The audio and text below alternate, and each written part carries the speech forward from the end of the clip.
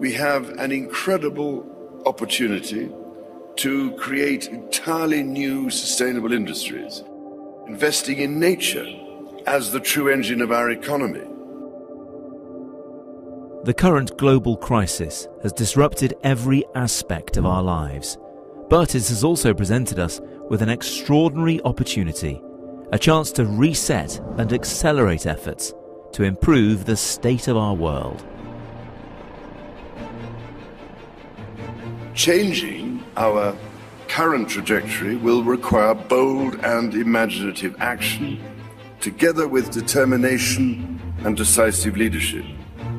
In order to secure our future and to prosper, we need to evolve our economic model, putting people and planet at the heart of global value creation.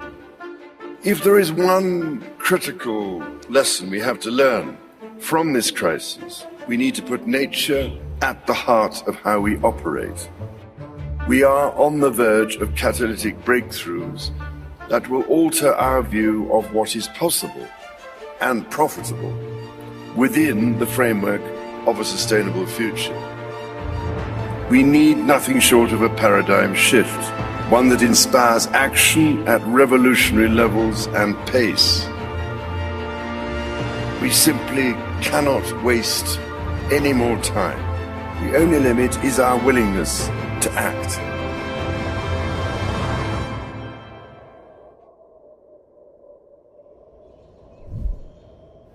And the time to act is now.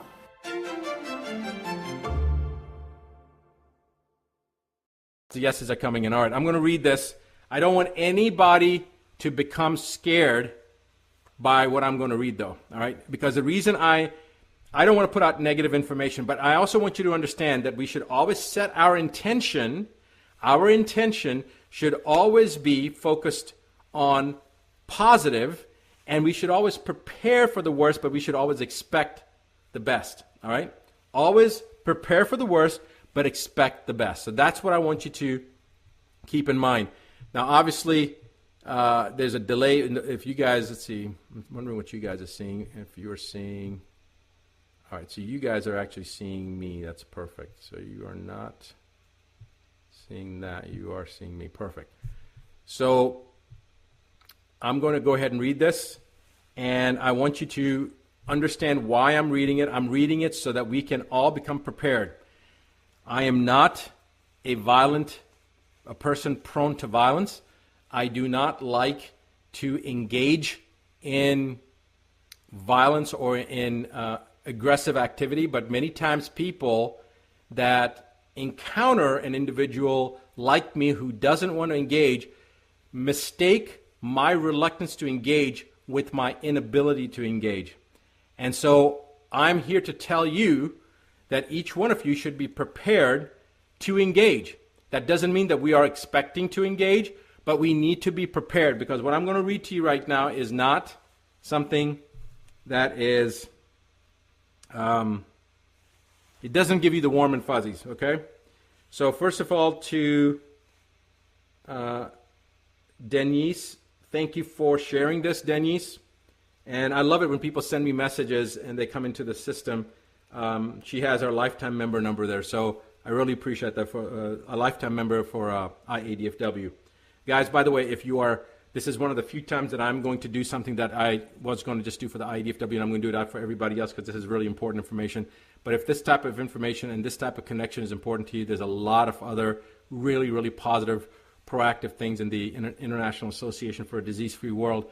And I would really encourage you to go down to askdrbuttar.com /ask, that link right there, and just go through it, fill in that information, join the Advanced Medicine Dashboard, get access to the head map. All this stuff is for free, but then consider seriously joining the International Association for a Disease-Free World.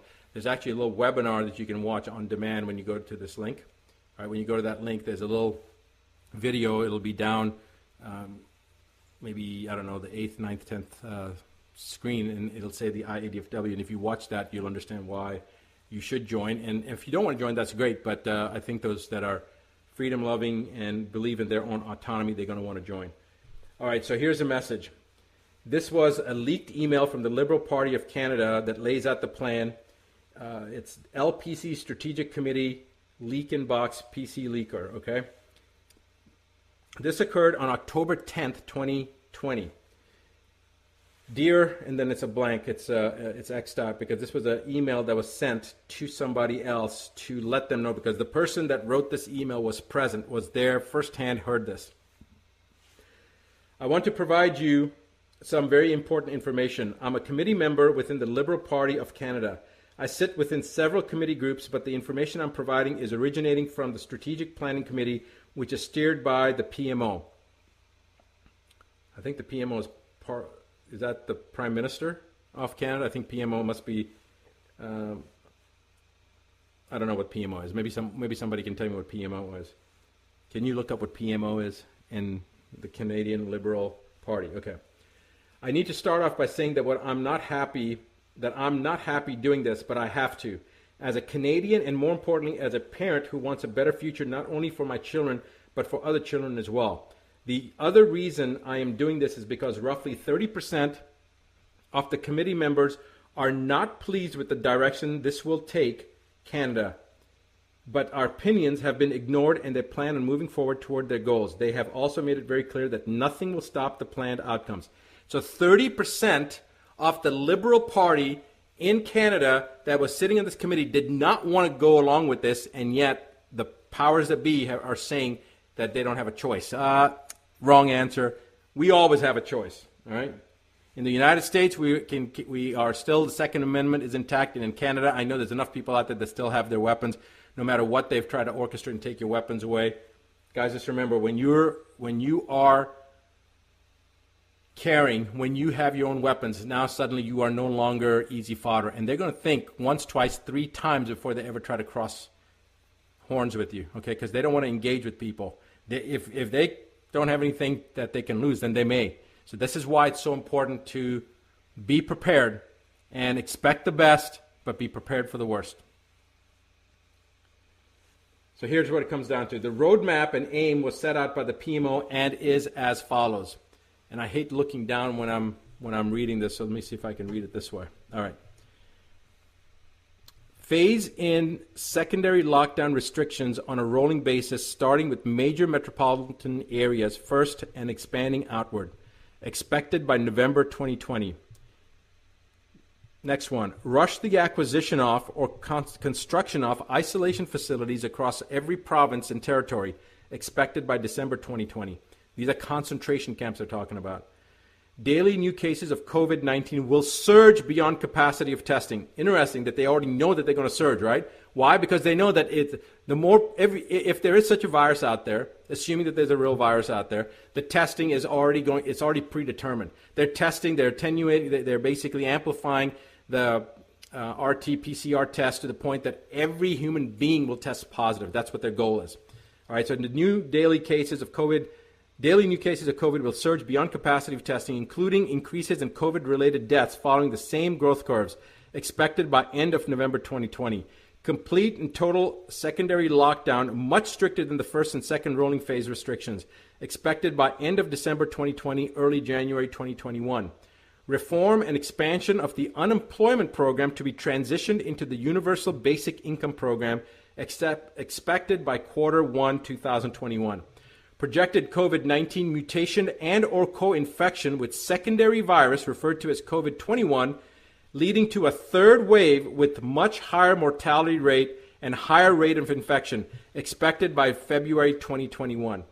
Daily new cases of COVID-21 hospitalizations and COVID-19 and COVID-21 related deaths will exceed medical facility capacities expected by Q1, Q2 of 2021. Enhanced lockdown restrictions referred to as third lockdown will be implemented. Full travel restrictions will be imposed, including inter-province and intercity, expected by Q2 2021. Guys, understand that. That means that if you're in British Columbia, you can't go to Quebec. All right?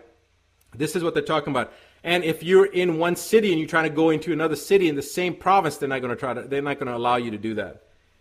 This is in Canada. Of course, they're going to try to roll this out, and I'll get to that point here in a second. All right.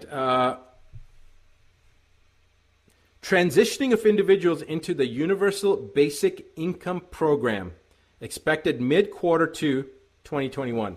Projected supply chain breakdowns in inventory storage, large economic instability, all expected late second quarter 2021. Deployment of military personnel into major metropolitan areas as well as all major roadways to establish travel checkpoints, restrict travel and movement, provide logistical support to the area, expected by third quarter 2021. Along with that provided roadmap, the Strategic Planning Committee was asked to design an effective way of transitioning Canadians to meet an unprecedented economic endeavor, one that would change the face of Canada and forever alter the lives of Canadians.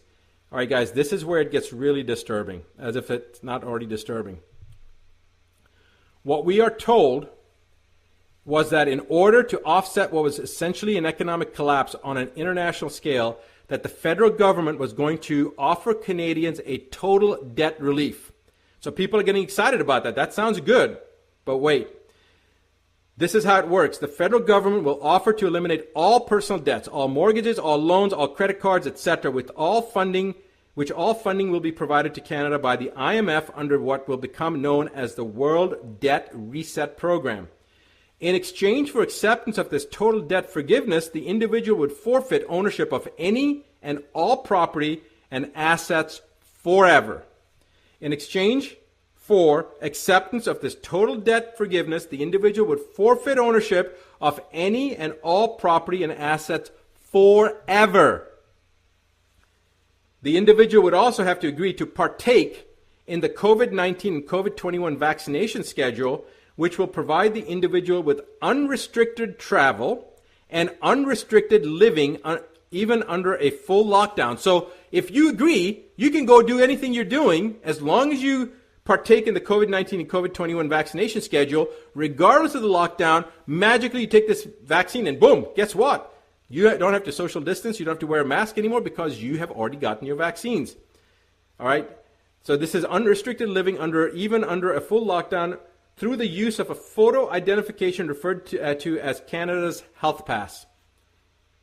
Committee members asked who would become the owner of the forfeited property and assets in that scenario, and what would happen to lenders or financial institutions. We were simply told the World Debt Reset Program will handle all of the details. So when they were asked what happens to the property and what happens to the banks, don't worry about it, we're going to take care of it. That's what they were told. All right. And now it gets really, really interesting. Wow. Committee members asked who would become, I read that. Several committee members also questioned what would happen to individuals if they refused to participate in the World Debt Reset Program or the Health Pass or the vaccination schedule. The answer we got was very troubling. Essentially, we were told it was our duty to make sure we come up with a plan, meaning the Liberal Party was told that it was their duty to come up with a plan to ensure that would never happen. We were told it was in the individual's best interest to participate. When several committee members pushed relentlessly to get an answer, we were told that those who refused would first live under the lockdown restrictions indefinitely, and that over a short period of time, as more Canadians transitioned into the debt forgiveness program, the ones who refused to participate would be deemed a public safety risk and would be relocated into isolation facilities. Once in those facilities, they would be given two options: participate in the debt forgiveness program and be released, or stay indefinitely in the isolation facility under the classification of a serious public health risk and have all your assets seized. As you can imagine, after hearing all of this, it turned into quite the heated discussion and escalated beyond anything I've ever witnessed before. In the end, it was implied by the PMO that the whole agenda will move forward no matter who agrees with it or not. That it won't just be Canada, but in fact, all nations will have similar roadmaps and agendas. That we need to take advantage of the situations before us to promote change on a grander scale for the betterment of everyone. The members who were opposed and ones who brought up key issues that would arise from such a thing were completely ignored. Our opinions and concerns were ignored. We were simply told to just do it. All I know is that I don't like it, and I think it's going to place Canadians into a dark future. So guys, now you know why I was hesitating to release this information, but now you also understand why it's so critical. Now,